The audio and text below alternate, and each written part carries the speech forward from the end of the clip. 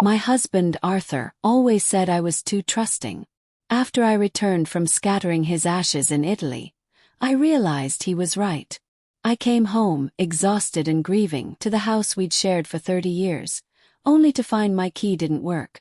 All my belongings, my photos, my clothes, my memories, were packed in boxes on the porch like trash. Taped to the front door was a note from my son. "Sorry, Mom. No space for you." They kicked me out. They blocked my calls. They thought their frail, widowed mother would just disappear. They forgot who helped Arthur build his empire from the ground up. They forgot he taught me to be prepared for anything.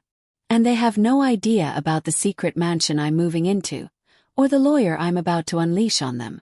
They thought this was the end of my story. It's the beginning of theirs. Follow along to see how a mother, scorned, takes back everything. If you're ready for a story of family revenge, be sure to subscribe for new chapters like this episode and leave a comment below. The jet lag was a thick, syrupy fog in my head as the Uber pulled up to the curb. After 3 weeks in Italy, a pilgrimage of memory to scatter my late husband Arthur's ashes in his beloved Tuscany, all I wanted was a hot shower and my own bed. The house looked exactly as I'd left it. A sturdy, welcoming brick colonial on a quiet, tree-lined street in suburban Ohio. The porch light was even on, a small courtesy I'd asked my son Ryan to handle. But as the driver unloaded my suitcase, the warm, homecoming feeling curdled in my stomach. Something was wrong. There were boxes on the porch. Not 1 or 2 Amazon deliveries, but a dozen of them stacked neatly. "My boxes. Looks like someone's moving," the driver said cheerfully as he set my luggage on the sidewalk. I gave him a weak, distracted smile and a generous tip, my eyes fixed on the bizarre scene. There was my antique reading lamp, its shade carefully wrapped in plastic, peeking from the top of one box.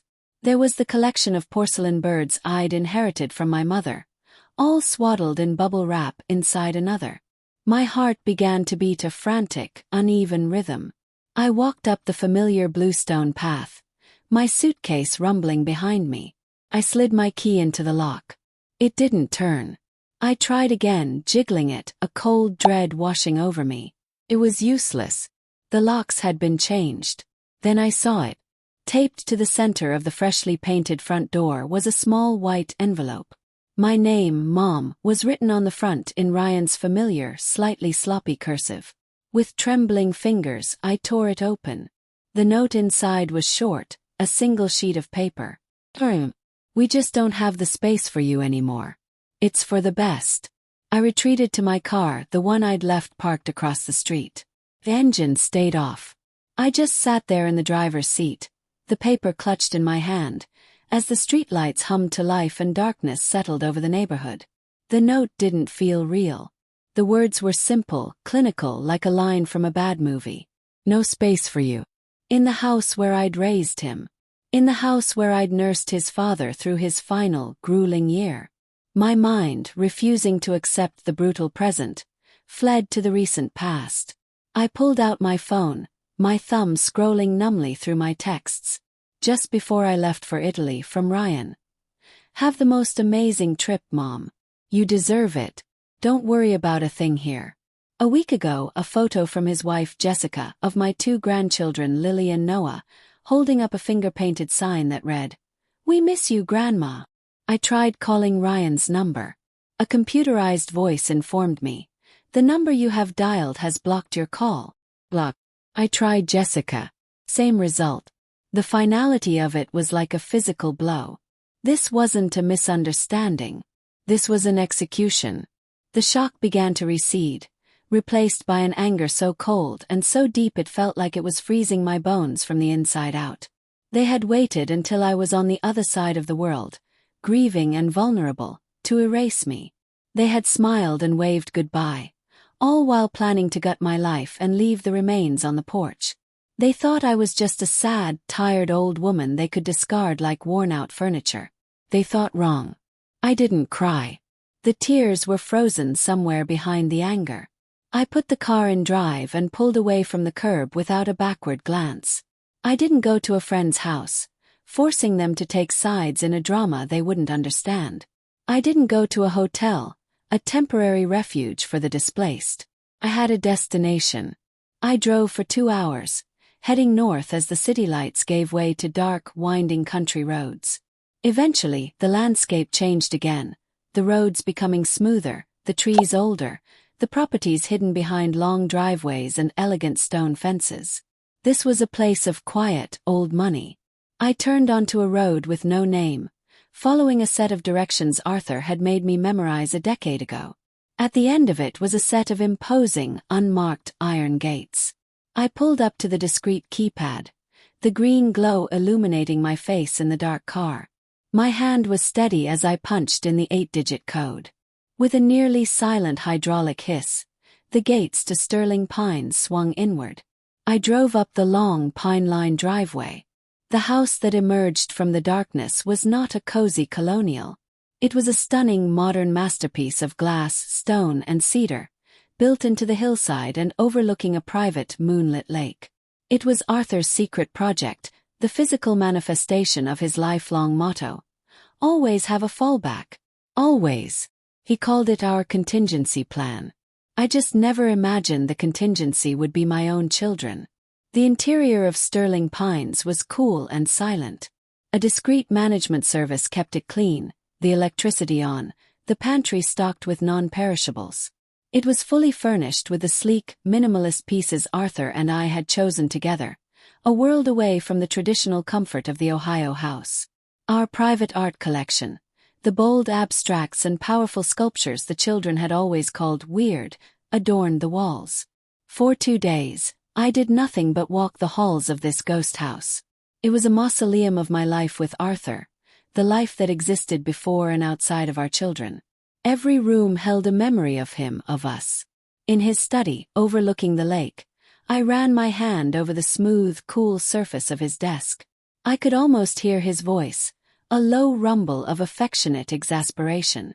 "You're too trusting, Carrie," he'd said one evening as we stood on this very spot, looking at the blueprints. "You see the good in everyone. I love that about you, but the world isn't always good.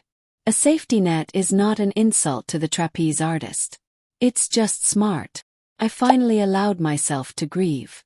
But the tears that came weren't for Arthur.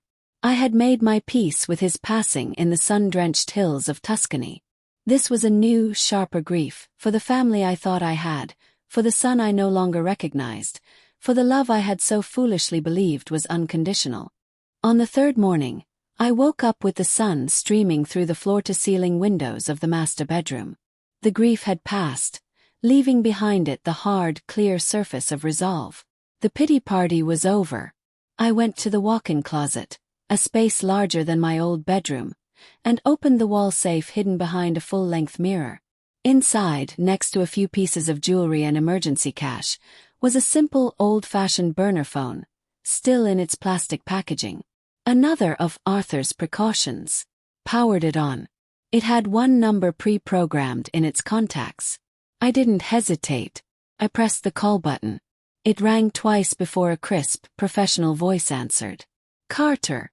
"Ben," I said, my own voice startlingly clear and steady.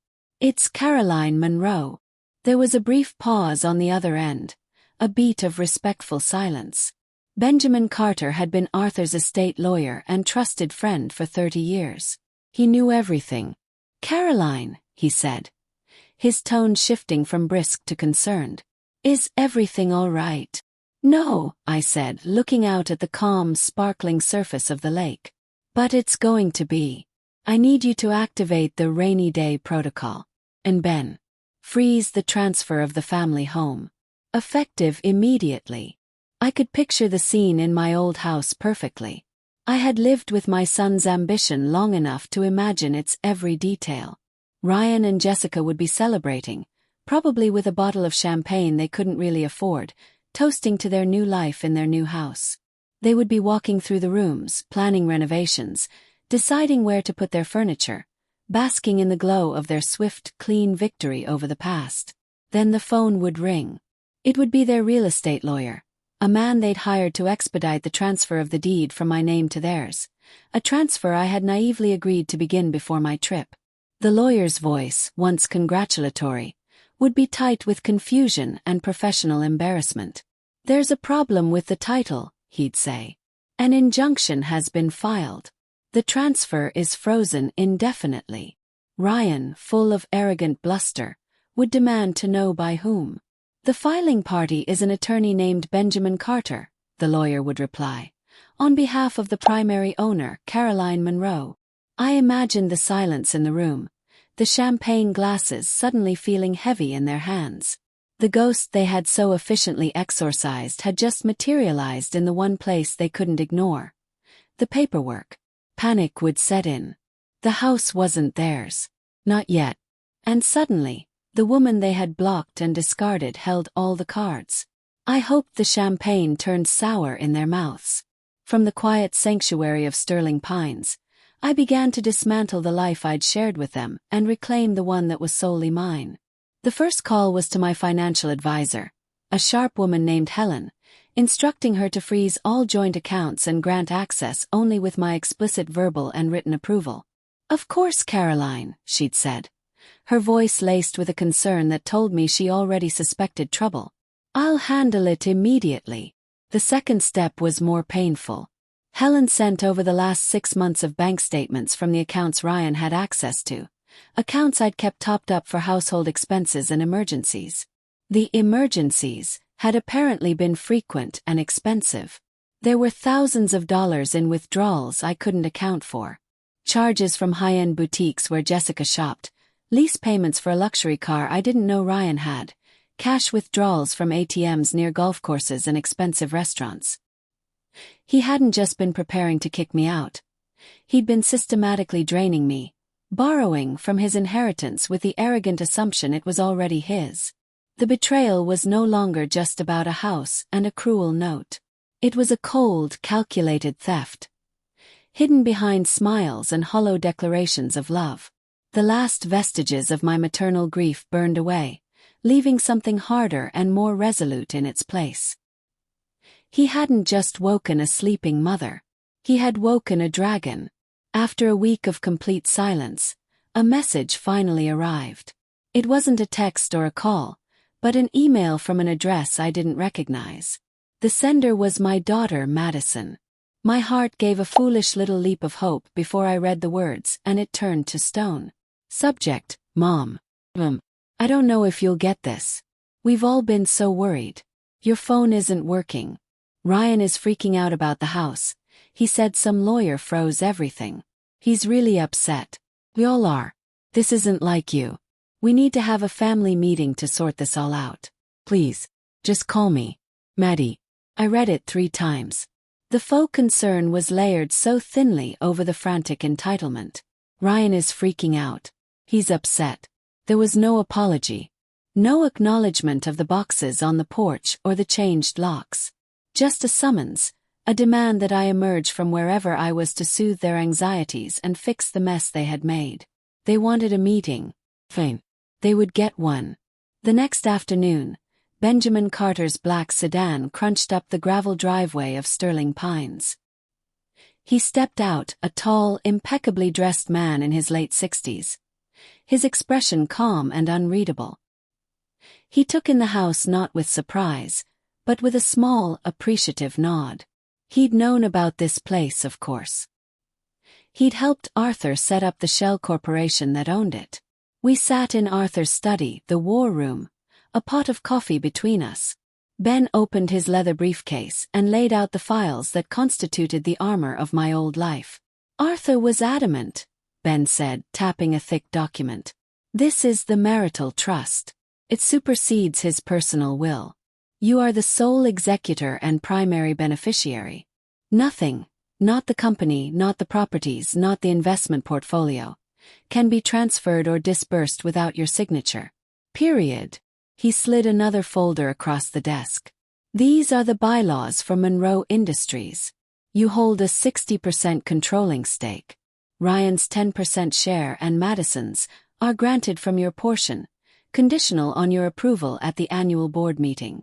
They had assumed their power was a birthright. They had no idea it was a gift, one I had the absolute authority to revoke. We spent the rest of the day outlining our strategy, preparing for their arguments, their threats, their inevitable emotional appeals. For the first time in a year since Arthur's diagnosis, I felt a surge of power, a sense of control I thought I had lost forever. That evening, I logged into the new, anonymous email account I'd created and typed out my reply to Madison. The words were simple, precise, and cold. Madison. Agree. A meeting is in order. I have reserved the main conference room at the downtown offices of Monroe Industries for this Friday at 10 a.m. I expect you, Ryan and Jessica, to be there. I paused, my finger hovering over the keyboard before typing the final, decisive sentences. I will be bringing representation. I suggest you do the same. Caroline. I hit send. The message flew out into the ether, a declaration of war disguised as a calendar invitation. Let them wonder. Let them sweat. Let them scramble for a lawyer who would have the unfortunate task of telling them just how badly they had miscalculated. The game had begun. The main conference room at Monroe Industries was a place of power, and it was mine. A long, polished mahogany table reflected the panoramic view of the city skyline. Arthur and I had chosen every detail, from the ergonomic leather chairs to the imposing, abstract painting on the far wall. It was a room designed for decisive action, and my children looked small and out of place in it. Ryan, Jessica, and Madison were already seated when I walked in. Ryan, leaning back in his chair with a false bravado, gave me a tight smile. "Mom, thank God," he began, his voice dripping with condescension, as if I were a lost child who had finally wandered home. "We were so worried. You can't just disappear and—" His words died in his throat. The heavy oak door swung open again, and Benjamin Carter walked in. He was the personification of quiet authority in his perfectly tailored gray suit. His leather briefcase held firmly in one hand. He didn't look at my children. He simply walked to the empty chair beside me, placed his briefcase on the table with a soft, definitive thud that echoed in the tense silence, and sat down. The smiles evaporated from their faces. Ryan sat bolt upright, his bravado vanishing, replaced by a flicker of pure panic. Jessica's perfectly made-up face went slack with shock. Only Madison seemed to shrink, her gaze falling to her trembling hands on the table. I let the silence stretch for a moment, enjoying the seismic shift in the room's atmosphere. "You all remember Benjamin Carter, my husband's attorney," I said, my voice calm and even. "From now on, you'll be speaking to him." Benjamin Carter did not waste time with pleasantries. He opened his briefcase and laid out a series of documents in a neat, intimidating row. "Let's be clear about why we're here," he began, his voice filling the room. "This isn't a family discussion. This is a legal notification." He started with the house. He explained that the deed was solely in my name and that the transfer process, which he now had a court order to halt indefinitely, was a courtesy, not an obligation. "Mrs. Monroe has rescinded her offer to transfer the property," he stated flatly. Then he moved on to the trust. "Your father's estate," he said, looking directly at Ryan and Madison, "is held in a marital trust. Your mother is the sole executor. Any and all disbursements are at her absolute discretion. There is no legally mandated inheritance for you to claim." The color drained from Ryan's face. Jessica looked like she might be sick. Ben wasn't finished. He slid a final document across the table. It was a summary of bank statements. "Finally," he said, his voice dropping slightly, "we have the matter of the $87,450 withdrawn from your mother's personal accounts over the last 6 months for non-approved expenses. The legal term for this, Mr. Monroe, is fraud." Ryan stared at the number, his mouth opening and closing silently. The sentencing was complete. There was nothing left but the verdict. The shock finally broke, unleashing a torrent of rage. "You can't do this!" Ryan exploded, slamming his hand on the table. The sound cracked through the quiet room. "After everything Dad and I built, you're stealing my birthright." "Your birthright," Ben countered, his voice dangerously soft. "The company your mother co-founded. The house she paid for. The accounts she funded. Jessica, finding her voice, jumped in with a trembling, venomous tone. We were worried about you, Caroline. We thought something had happened. And you were hiding, plotting with lawyers. What kind of mother does that? We needed that house for our children. Your grandchildren. They tried every tactic in their playbook. They painted me as a cruel, vindictive crone who had lost her mind. They painted themselves as the dutiful, worried children, wronged by a selfish mother. I remained silent, my hands clasped calmly on the table. I didn't have to say a word. I just watched them, letting them expose the rot at their core for Ben, and for themselves to see. Every accusation was an admission of their own entitlement. Every protest was a confession of their greed. Ben stood, signaling the end of the meeting. You will be hearing from my office with a list of Mrs. Monroe's terms. I suggest you consult with your own counsel before responding. Ryan shot to his feet, his face purple with rage, and stormed out of the room with Jessica scurrying behind him. But Madison lingered. She stood frozen, her eyes wide and glistening with unshed tears. I didn't know he was going to put your things on the porch, Mom. I swear, she whispered, her voice cracking. He just said you'd agreed to move into the guest suite. I didn't know. It was the first crack in their united front, the first hint of shame. A year ago, I would have rushed to comfort her. But I wasn't that woman anymore. Knowing and doing nothing are cousins, Maddie, I said, my voice quiet but firm, devoid of the warmth she was used to. You saw the boxes. You didn't call me. You let it happen. The truth of it hung in the air between us. She flinched as if I'd slapped her, then turned and hurried out of the room, leaving the scent of her expensive perfume and her quiet shame behind. That went about as expected, Ben said as we watched the elevator doors close, whisking my children away. They will fight, he warned me as we packed up his briefcase. It will get ugly and personal. Are you prepared for that? I looked out the window at the city I had helped build, my city. They made it personal when they put my life on the porch, Ben, I replied. I'm prepared. That night, back in the silent fortress of Sterling Pines, the predicted barrage began. Vicious text messages from Ryan calling me every name imaginable. A long, rambling voicemail from Jessica, alternating between tears and threats. They were the desperate, ugly noises of cornered animals. I read and listened to each one, feeling not pain, but a strange, liberating calm. Their words couldn't hurt me anymore. They were just noise from a world I no longer inhabited. The lines had been drawn.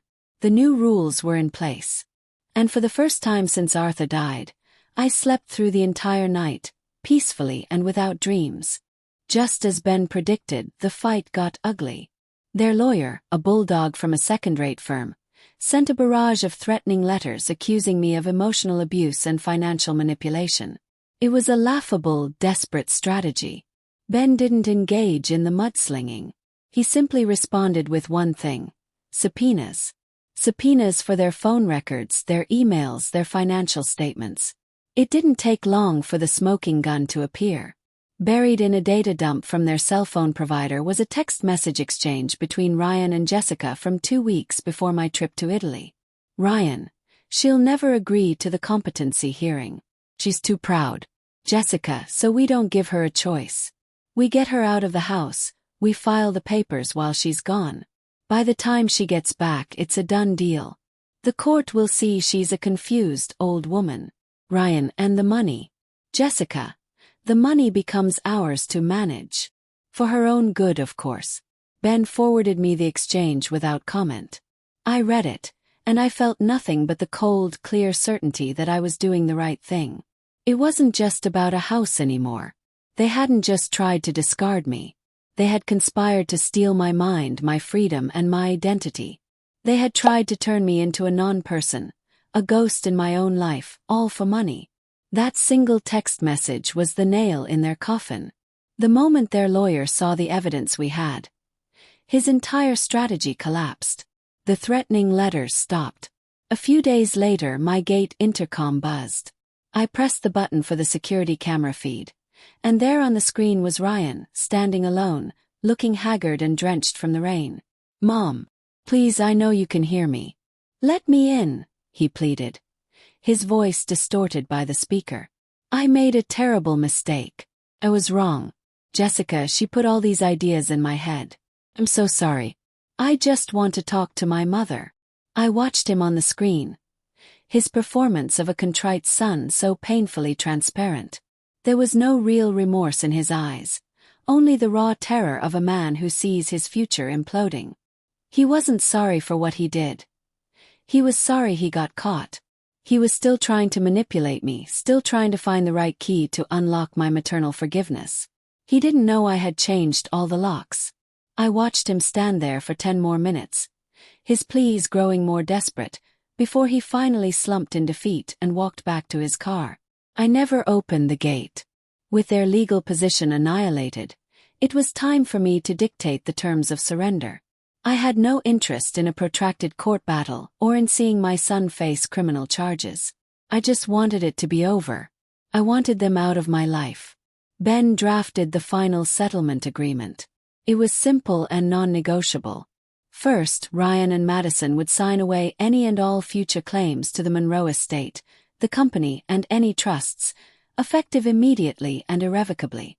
Second, they would sign a comprehensive non-disclosure agreement, legally barring them from ever speaking or writing about these events or our family's finances. In return, I would not press criminal charges for the fraudulent withdrawals. And I would authorize a one-time exit payment of $50,000 to each of them.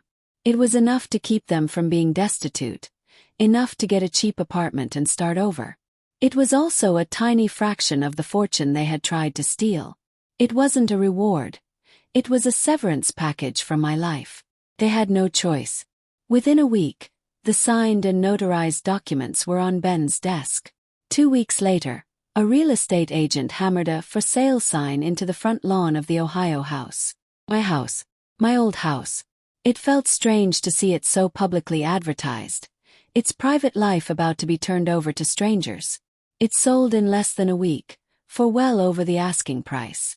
I signed the closing papers at Ben's office, a simple act of letting go. Driving away, I didn't feel sad. Felt light.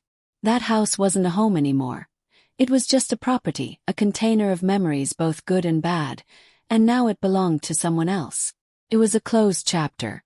The following day, I met with Ben and my financial advisor.